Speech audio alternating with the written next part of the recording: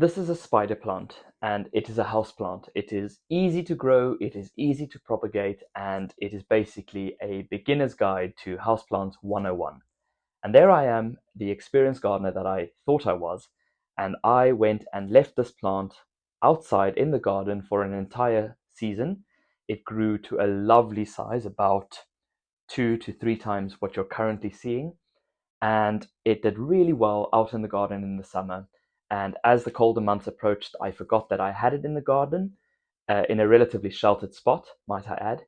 And one evening, frost came in, and without knowing it, it chomped down on this plant. And the very next day, to my great horror and shock, I saw all the leaves had wilted.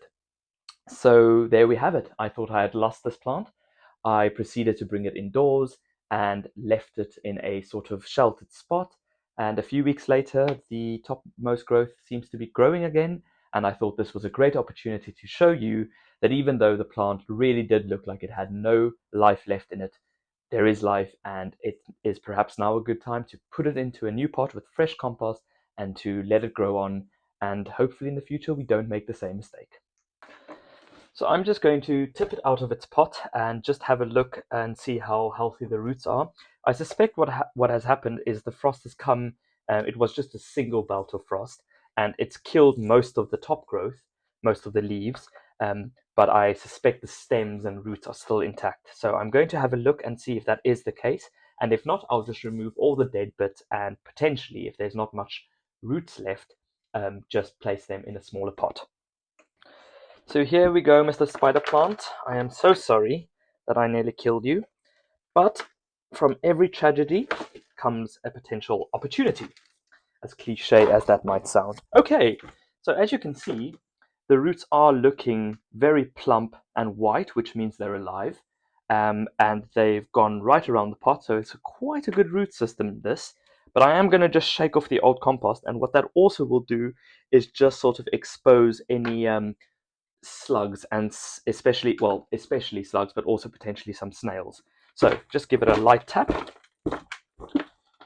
and as you can see, it's a really nice dark potting compost. This has little bits of bark in between as well, and I think it was quite well suited to this plant. So I am very sad that so much of the plant ended up dying, but it just shows you that even though some plants might be susceptible to frost damage, such as this, and generally house plants because of where they come from, mostly tropical regions, they aren't used to frost and they don't experience frost, and so as you can tell, they shouldn't be exposed to it. But saying that, if the frost is light and not ongoing, I guess, and if you were to take the plant out of that environment, then it still could survive.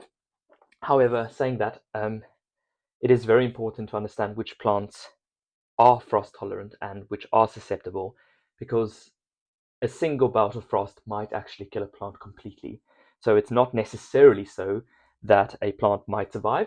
If it is very, very, very susceptible to frost damage, then unfortunately, if it does, if it is in the wrong place at the wrong time, one bout of frost might be enough. But in this case, I was lucky, and I think it just goes to show a bit more about spider plants, is that they truly are very resilient plants. Yeah, so this is great. What I've done here is I've just removed most of the compost to show you the roots. There's a lot of roots. These are sort of like kind of like root enlargements. I wouldn't really necessarily say they're tubers. They might be, um, but there's a lot of potential here for a very good plant. So let me choose a suitable pot and we'll repot it. So this was the original pot, quite a sizable one. I've actually chosen to downscale it slightly. I've chosen a slightly smaller pot. It fits into here. It might be a little bit longer, but I definitely think it's narrower. And the reason for this is just because so much of the top growth has died away. So instead of potting it on into a bigger pot, which would have been good had the roots really started coming out at the bottom and the plant started showing deficiency symptoms. But spider plants are quite easy to sort of just propagate, and they're happy to just stay in place. So I'm just going to take a fresher pot, a smaller one. So I'm going to take some of the old compost because it is a good structure. What I'm going to do is I'm going to put some fresh potting compost just at the root level so that it can take up some of those nutrients.